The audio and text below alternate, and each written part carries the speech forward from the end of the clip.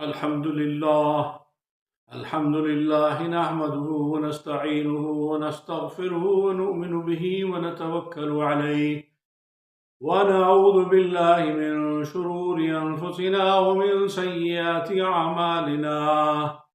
من يهده الله فلا مضل له ومن يضلله فلا هادي له، ونشهد أن لا إله إلا الله ونشهد أن سيدنا محمدا عبده ورسوله. أما بعد فأعوذ بالله السميع العليم من الشيطان الرجيم. بسم الله الرحمن الرحيم. تعالوا إلى كلمة سواء بيننا وبينكم ألا نعبد إلا الله. صدق الله العظيم. اللهم صل على سيدنا محمد وأصحاب سيدنا محمد وبارك وسلم وصل عليه. سبحان ربك رب العزة عما يصفون وسلام على المرسلين والحمد لله رب العالمين. سچا ہے اللہ عز و جل جو کائنات کا خالق اور مالک ہے، سچے ہیں اس کے تمام انبیاء، اس کی کتابیں، وعدے سب سچے ہیں اور ہم اس پر گواہ ہیں۔ آج ہم جس موضوع پر آپ سے بات کریں گے وہ بھی ایسے ہی ایک فروئی سا اور اختلافی مسئلہ بنا دیا گیا ہے، جبکہ حقیقت میں ایسی بات نہیں ہے۔ ہمارا مقصد یہ ہے کہ ہم کامنالٹیز کی طرف آ جائیں، سملیرٹیز کی طرف آ جائیں۔ ہمیں تو ہمارا دین، ہمارا رب، میں پہلے بھی عرض کر چکا ہوں اس بارے میں کہ قرآن حکیم میں اللہ رب العالمین نے اس سے پہلے جو آیت مقدسہ ہم نے تلاوت کی ہے، تعالوا آ جاؤ الی کلمۃ، اس ایک بات کی طرف، سواء بیننا جو برابر ہے ہم میں، بیننا ہم میں، وبینکم اور تم میں، جو ہمارے اور درمیان تمہارے مشترک بات ہے، اس ایک بات پر اکٹھے ہو جاؤ۔ اللہ تعالیٰ دعوت دے رہا ہے اہل کتاب۔ پوری دنیا میں جو لوگ اللہ رب العالمین کو ایک مانتے ہیں، اللہ اپنے نبی صلی اللہ علیہ وآلہ وسلم کے ذریعے، آپ کی زبان مطہر کے ذریعے یہ دعوت دے رہا ہے کہ لوگوں جو اللہ کو ایک مانتے ہو، اللہ نعبد الا اللہ، اللہ کے سوا کسی کی عبادت نہیں کریں گے، تو اب ہمارا رب، ہمارا دین، ہمارے نبی صلی اللہ علیہ وآلہ وسلم دنیا جہان کے انسانوں کو اس بات پر دعوت دے رہے ہیں کہ اس بات پر اکٹھے ہو جاؤ کہ ہم اللہ کے سوا کسی کی بھی عبادت نہیں کریں۔ تو جب میں بڑی تکلیف ہوتی ہے جب ہمارے حضرات جو ہیں مختلف مکاتب فکر کے کہلانے والے، مختلف مذاہب سے مراد یہ جتنے بھی ہیں معاملات، تو یہ کیوں ان فروئی مسائل پر آپس میں جھگڑتے ہیں، آپس میں اتنا اختلاف پیدا کیا ہوا ہے کہ اتنا وجہ نزاع بنایا ہوا ہے، اور آپس میں اسی بات پر مباحث ہو رہی ہیں، جھگڑے ہو رہے ہیں، مناظرے ہو رہے ہیں کہ جی رفع الیدین جو ہے وہ کتنی مرتبہ کیا، کتنی مرتبہ اللہ کے نبی صلی اللہ علیہ وسلم نے کیا یا نہیں کیا، یہ کتنی۔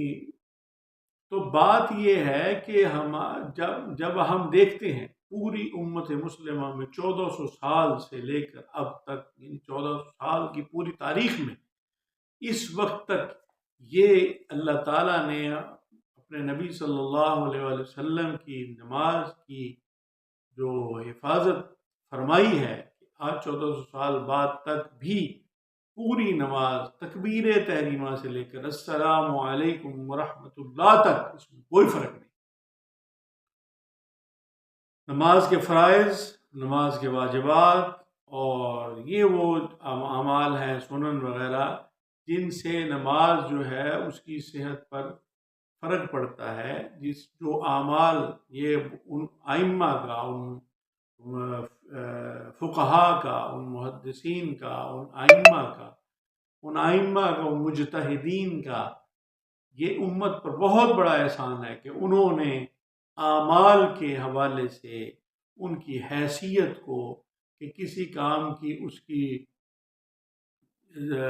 نبی پاک صلی اللہ علیہ وآلہ وسلم نے کس معاملے پر، کس عمل پر مداومت فرمائی، کس عمل کے بارے میں تنبیہ فرمائی، کس عمل کے بارے میں آپ نے زور سے شور سے روکا، بتایا، شدت سے زور دیا کہ یہ کرو یہ نہ کرو، ان تمام احکامات اور اعمال اور سنت رسول صلی اللہ علیہ وآلہ وسلم کی روشنی میں ائمہ نے بہت بڑا احسان کیا ہے کہ ان کی الگ سے کلاسیفیکیشن کر دی ہے کہ یہ فرض ہے، یہ واجب ہے، یہ مستحب ہے، یہ مباح ہے، یہ سنت ہے، یہ سنت مؤکدہ ہے، یہ سنت غیر مؤکدہ ہے، یہ سنت مؤکدہ کفایہ ہے، یہ سنت غیر مؤکدہ کفایہ ہے.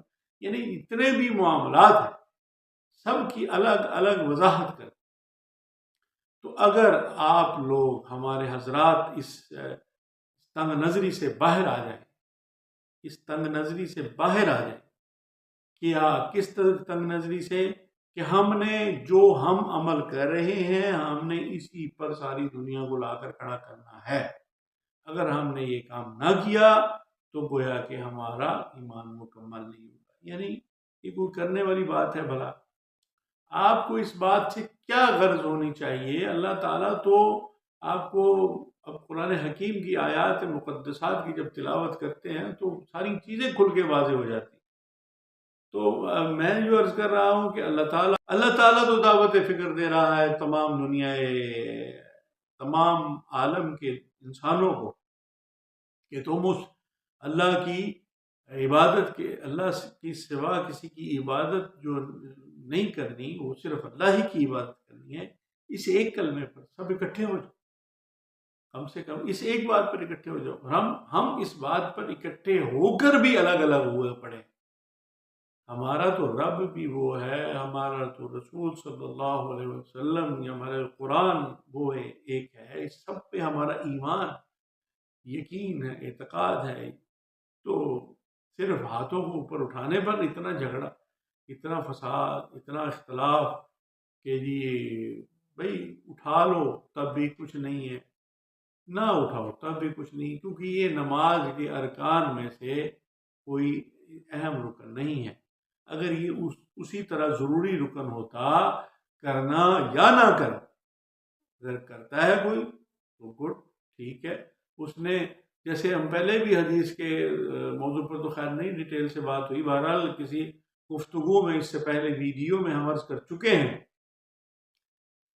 کہ جو لوگ صحابہ کرام رضوان اللہ تعالی علیہم اجمعین، جن کو ساری زندگی میں نبی کریم صلی اللہ علیہ وآلہ وسلم کی زیارت کا ایک ہی دفعہ شرف حاصل ہوا، دوبارہ زندگی میں وہ آپ کی خدمت میں حاضر نہ ہو سکے بوجوہ سفر کی دوری کی وجہ سے، تو انہوں نے جتنا بھی جو اس وقت تک دیکھا، سیکھا، سنا، اس پر عمل شروع کر دیا. انہوں نے آگے بھی ویسے ہی بتانا شروع کر دیا.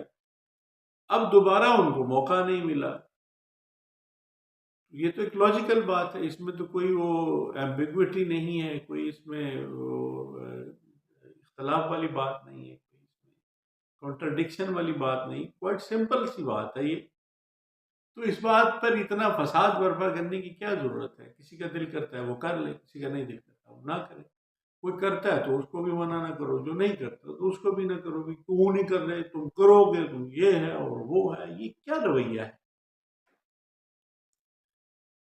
میں نے جو سمجھا ہے، دیکھا ہے، سیکھا ہے، جانا ہے، اس کی میں تو یہی سمجھا ہوں کہ اللہ اکبر تکبیر تحریمہ سے لے کر اور آخری قاعدے تک پورے عالم اسلام میں، دنیا کے کسی بھی خطے میں، کسی بھی علاقے میں، اب اس کے انشاءاللہ نماز کے جو ارکان ہیں، جو واجبات ہیں، جو سنن ہیں، جو فرائض ہیں، جو نماز کے اندر ہیں، باہر ہیں، ان پہ انشاءاللہ ہم کسی وقت ڈیٹیل سے بات کریں گے.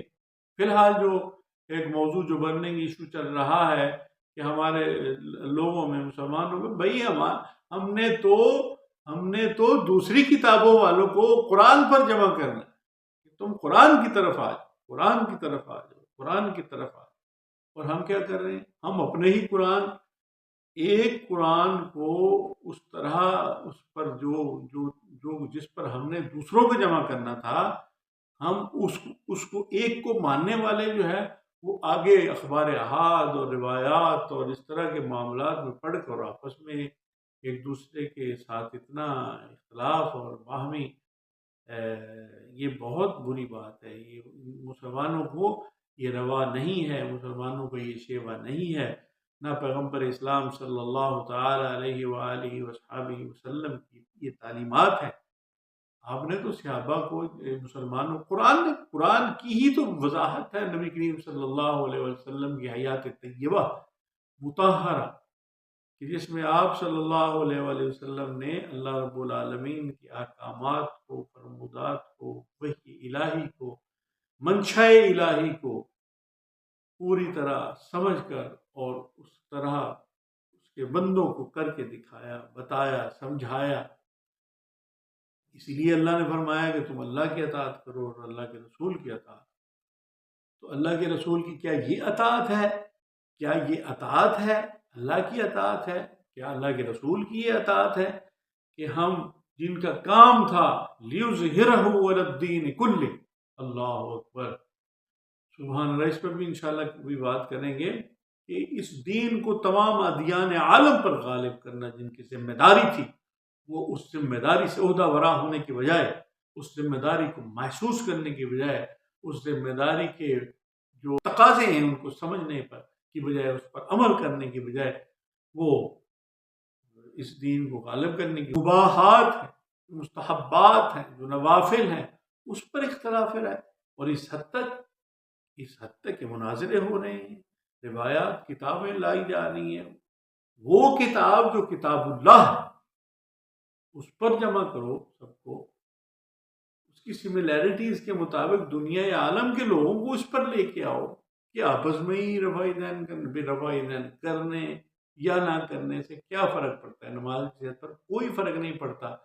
اب وہ لوگ آپ دیکھ لیں جو ایک، اگرچہ اس کو کچھ لوگ مانتے ہیں یا نہیں مانتے، جو ایک ہمارے مسلمانوں میں سے ہیں، ان کی نماز بھی اللہ اکبر سے شروع ہوتی ہے، اسی طرح وہ قرات کرتے ہیں، اس طرح رکوع سجود کرتے ہیں، سبحان ربی العظیم، سبحان ربی الاعلی، سورۃ فاتحہ، تلاوت، قرات، رکوع، سجود، قومہ، جلسہ، قعدہ، اولا، اخرا رکھتے ہیں۔ تمام دنیا کے مسلمانوں کی اوقات تک ایک، رکعات تک ایک ہے، اور وہ تکبیر تحریمہ کے وقت بھی ہاتھ نہیں اٹھاتے کچھ لوگ، تو کیا ان کی نماز نہیں ہوگی؟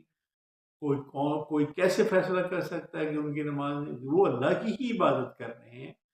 بس اتنی بات سمجھنے کی ضرورت ہے، اور اس کو اپنے دل و دماغ میں پختہ کرنے کی ضرورت ہے کہ بھئی ہم داروغہ نہیں ہیں، ہمارے تک بھی دین پہنچا ہے، ان تک بھی پہنچا ہے، اور انہی واسطوں ذریعوں سے پہنچا ہے۔ کسی کے پاس، اب دیکھیں، میں نے جیسے پہلے بھی عرض کیا کہ بخارا جو ہے وہ وسط ایشیا کا علاقہ ہے، اور اس کا فاصلہ آپ اندازہ لگا لیں اس دور کے اعتبار سے، جب امام بخاری نے بخارا سے اٹھ کر اور پتہ نہیں کہاں کہاں سے حدیثیں اکٹھی کی ہیں، کہاں کہاں گئے ہیں، وہ ساری جو باتیں ہیں، اور اس دور میں ٹیکنالوجی اور وہ ساری چیزوں کو جب ہم اس دور پر کمپیئر کرتے ہیں تو سمجھ میں آتی ہے کوئی بات کہ وہ کیسے کس طرح انہوں نے ساری اتنی محنت کی، اپنی حد تک جو انسانی سطح پر جو کام کیا گیا وہ بہت اعلیٰ اور شاندار اور اپنے جذبے سے بھرپور ہے، اور ایک دنیا کو ایک لیسن ہے، سبق ہے، ایک انسپریشن ہے کہ بھئی یہ دیکھو انہوں نے کتنا بڑا کام کیا ہے، اور ہم ان کے کام کو، ان پر یہ کہ ہم ان بزرگ کا کام، انہوں نے تو جو اس وقت تک ان تک پہنچا انہوں نے آگے بیان کر دیا۔ انہوں نے یہ تھوڑا کہا ہے کہ بھئی میں کوئی ہوں تو اور مجھے ہی مانو، اور مجھے نہ مانو گے تو یہ ہو جائے گا، اور وہ ایسی کوئی بات کسی بزرگ کو، اللہ والا، کوئی محدث، کوئی مفکر، کوئی مجتہد، کوئی مفسر، کوئی امام، کوئی بھی ایسی بات کبھی بھی نہیں کر سکتا کہ جو میں نے تحقیق کی ہے یہ فائنل ہے، یہ حتمی ہے، آخری ہے، اس سے آگے کچھ نہیں ہے۔